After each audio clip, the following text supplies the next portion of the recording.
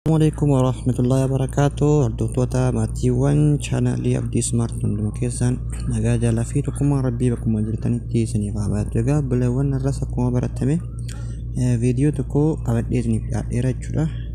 Gaafima keessan irraa hundaa'e viidiyoon guyyaa irraa qabadhee isiniif dhiyaadhe jechuudha. Akkuma beekamu gaafiin nama hedduu tokko fakkeenyaaf TikTok irratti TikTokiin kennaa laayivii nu seensu invaayitii nu ergu namni nu erges nu seensu akkasumas viidiyoolee hedduun qabu nama biraan gahu viidiyoon kenna kan jedhu lammaffaa waa'ee Facebook wal qabatee jechuudha. Facebook kiyya namatu keessa jira namoonni hojii fayyadamaa jedhamu hin jiru. Lakkoofsa kiyya akkamii Facebook haa dho'isaa akkamii onlaayinii Facebook kiyya dho'isaa akkamitti firee Facebook kiyya fooloo irra deeffadhaa jechuun akka fakkeenyaaf amma isa kanaa jechuudha. Akkamitti akka fooloo naaf qabaatu godhaa jechuudha kan jedhuu fi kanneen biroo jechuudha. Gaafii namootaati har'aafachuudhaan kan irratti xiyyeeffadhe waa'ee Facebook irratti seetingilii Facebook keessaa muraasa isiniif dhiyeessa amman danda'eerraa jechuudha. Gaafiin keessan as keessatti isiniif deebi'a jedhee yaada. Nafaana tura iskiip osoo hin godhin jechuudha. Viidiyoo kana suuta jechaa dhageeffadha. Bal'inaan ammoo jechuudha waan TikTok irrattis viidiyoo isiniif dalagee jira. Kanneen haaraa taatan chaanal kiyyaaf sabiskiraayib godhaa. Chaanal kiyya irra yoo dhaqxan wanta isiniif furmaata ta'u jechuudha. Ni argattan jedhee yaada. Oke sintin dheeressu baay'ee ga'uma simatti isin dabarsa ga'ummaa viidiyoo qabadhee jecha. Mee seetingilee Facebook keessaa muraasa isaanii ilaallu. Facebook keessanii irra koottaa harka mirgaa irra tuqa koorna sadiin tanarra gaddeema. Seetingii inda piraayiveetii kan filadhaatii seetingii filadhaa amma. Oke asirra akkuma agartan seetingilee muraasa ta'an hedduu jira garuu muraasaan isinitti agarsiisa. Kan namoonni hedduu yeroo hedduu gaafii irratti gaafatan jechuudha. Fakkeenyaaf kan jalqaba irra jiru kun privacy and setting jala setting jalaan jechuudha. Personal and account information namee al dakka personal and account information kana gattu gaa asitti argitan jalqaba irratti name jedha. Name jechuun asii maqaa kanaan maqaa keessan asiin qayyadattan jechuudha. Maqaa keessan asiin qayyadattan jechuudha. Akkuma agartan kana maqaa keessan iddoo kanaan jijjiirattanii jechuudha. Akkamitti maqaa jalqabaa kana irraa seexanii kadhuma sirraa itanii maqaa haaraatti galchitanii sana booda paaswordiitti galchitan jechuudha. Iddoon kun asiin maqaa keessan asiin qayyarattanii. Lammaffaa irratti contact info kun iddoo lakkoofsi keessanii fi email keessan irra taa'u jechuudha. Yoo lakkoofsa haaraa iddoo biraatti illee Facebook keessan irratti galfachuu barbaadan iddoo add phone number jechuudha gattuqxanii jechuudha. Haala kanaan gattuqxanii lakkoofsa itti galchitanii erga lakkoofsa itti galchitanii koodii isiniif ergaa achi booda lakkoofsi irra seef isinii ta'a. Akkasuma imeela haaraa irra galchuu barbaadan bakkuma add email jedhu gattuqxanii imeela sana irratti paaswordii isiniif ergaa imeelli keessan achirra add isinii ta'a jechuudha. Okay akkasuma lakkoofsas asirraa balleessuu barbaadan iddoo kanaan lakkoofsicha kana gattuqxanii remove jettanii asitti bakka mallattoo understand jedhu kana fuulduratti raayitii gootanii sana booda remove number jettanii garuu namoota tokko biratti koodii ergaa fi haala kanaan lakkoofsa irraa balleessuu hin dandeessanii iddoo kana lakkoofsa Facebook irraa haquu guutuutti. Akkasii kana keessaa baane lammaffaa irra kan jiru kun password and security'dha. Asitti jechuudha gaafiin namoota baay'ee kan gaafatamu. Facebook yookaan yookaan namni cabseen hojiin fayyadamaa nama keessa jiramu hin jiru akkamitti beekaa jedhu. Asii jechuudha. Asirratti fakkeenyaaf COL kana gattuuxanii seentanii jechuudha. Iddoo kanatti jechuudha Facebook keessa yoo namni si wajjin fayyadamaa raate asirratti silkii namoota sanii isin gattarreessaa jechuudha gassadhuma. Isin silkii keessan qofa waan beektaniif maqaa silkii keessanii ni beektanii silkii nama biraa agartan namni biraa seenuu beektanii jechuudha. Si ol jettanii akkatti ilaaltanii yoo namni biraa si wajjin fayyadamaa raate asirra gadi isin sarreessa. Kanaafuu nama san keessaa baasuu barbaadan silkichuma isaa irraa akkuma gattuuxanii kan isinii fedhachuudha barreeffama loogoo all of season kan jedhu jechuudha. Al takkatti gattuuxanii keessaa ariitan jechuudha. Okay asii jechuudha. Namni na wajjin fayyadamaa jiru Facebook jettanii kan ilaaltan asii erga kana haala kanaan agartanii nama kana akkana keessaa baastanii asuma osoo hin bahin bakkuma sana deebitanii change password iddoo jiru kana gattuuxanii erga change password iddoo jiru kana gattuuxanii password duraanii san ka Facebook keessanii san jechuu kan duraan qabdan san asitti galchitan.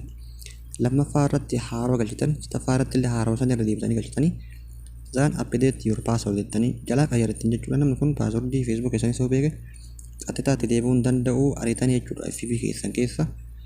Okay kunis ni kun haa ta'u. Hayya amma jechuudha as dhufaa iddoo namoonni keessattuu jechuudha Facebook follow akka qabu yookaan akka godhachuu follow akka irratti deebi'uu barbaada kan jettan jechuudha. Facebook keessan add friend irraa gara follow baatanii wardeeffachuu barbaadan fakkeenyaaf who people can find in the contact you kana jedhu irratti al takka agartuudha. Asirra kan jiru fakkeenyaaf who can send your friend request dha. Namni jechuudha asirratti eenyu akka aadii si gaafatu barbaada kan jedhu hiriyoota keessan qofa isin dursa osoo bakka kanan seenin irra gad dhufaati followers and the public contact kana keessa gadhaa. Follower and the public contact kun jechuudha kan jechuudha public godhatan fakkeenyaaf asirratti who can follow me dha public godhadhanas who can see your follower on timeline kana hundaa public irra deeffadha. Sana booda Facebook keessan kallattimaan aadii friend irraa gara follow baatanii isin deebi'a. Namni yoo aadii isin gaafatu follow godhee follow ajajaa jechuudha. Akka inni follow godhu gaafata. Erga kana sirreeffattanii asii ol deebitanii yookaan people can find in the contact you kan jedhu kana gad tuqxanii who can send your friend request dan al takkaaf keessa seentanii gad tuqxan jechuudha.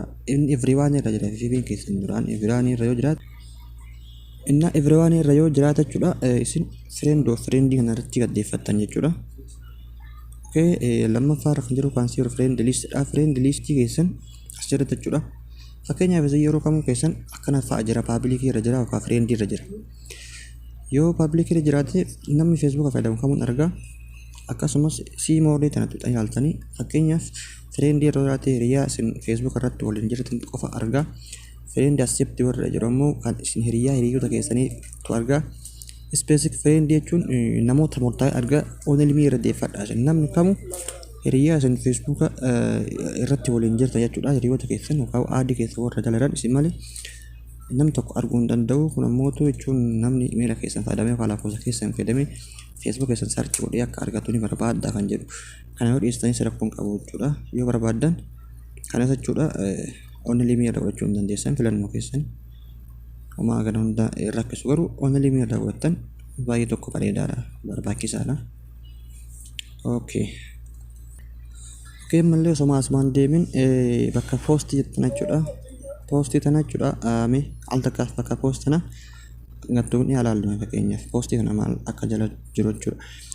Poostii tana jala jechuudha fakkeenyaaf who can see your future post dha. Akkasuma limit who can see post isin fakkeenyaaf who can see your future post kana namoonni hedduu public irratti hundeeffatan fakkeenyaaf friend irratti hundeeffatan namoota isin aadii walitti qabdan qofaatti argaa. Kanaafuu namni Facebook irra jiru hundi arguu hin danda'u. Isa kana dirqama asirra public kana irratti deeffachuu qabdan jechuudha. Lammaffaa immoo story dha. Asirra kan jiru bakka kana jechuudha. Story kana al takkaaf gattu qaba. Fakkeenyaaf asitti gaafii nama hedduu fakkeenyaaf namni story kiyya namni argu yoo nu waa gadhiisu namni argu story kiyya nama biraan ga'u kan jedhu jechuudha. Dirqama fakkeenyaaf story keessanii yoo kan jechuudha public irra ta'uu baate yookaan friend irra ta'e hiriyoota keessan kan Facebook qofa argaa jiru. Yoo ammoo isin public irra gootanii nama hunda argaa jechuudha. Kanaafuu bakka ta'e story jedhu kan al takkaaf akkana gad tuqxanii lammaffaa tokkoffaa irra kan jiru story privacy kana al takkaaf gad tuqxanii keessan fakkeenyaaf kanneen fa'a irratti deebi'ee jiraate isin asirratti kan public jedhu kan tokkoffaa irra ol deeffattanii sana booda stooriin keessan haala gaariidhaan nama birattis argamaa yookaan mul'ata jechuudha. Settingilee Facebook keessaa muraasa kunneen hundi jechuudha mataa isaanii qabu. Fakkeenyaaf profile and tagging kun yoo namni taagii isin irra godhe isin malee akka namni agarre akkasumas active state online illee fakkeenyaaf Facebook irra dhiyeeffachuu dandeessa. Waa hedduutu jira jechuudha. Settingileen isaa bal'aadha. Egaa buleewwan namni hangammaan wajjin turtan baay'ee galatooma ulfaadha isin jedha. Kutaalee ta'an keessatti jechuudha settingilee Facebook kanneen afaan kana hunda isaanii haala hojii isaanii fi akkasumas asirrattis dabalata jechuudha. Wanta isin fayyadee yaada qabadhee isiniif dhiyaadha. Taasii immoo gaafii adda addaa namoonni TikTok irratti gaafii waa'ee TikTok wal qabatee gaafattan kutaa ta'an keessatti isiniin dalagaa inshallah rabbiin gargaare. Kanaaf viidiyoo kana immoo like gochuun hin irraanfatinaa. Like gochuun immoo hojii sagantaa takkaate akkasumas channel kan subscribe godhaa gara maatii kanaa dabalama. Ora bulaa.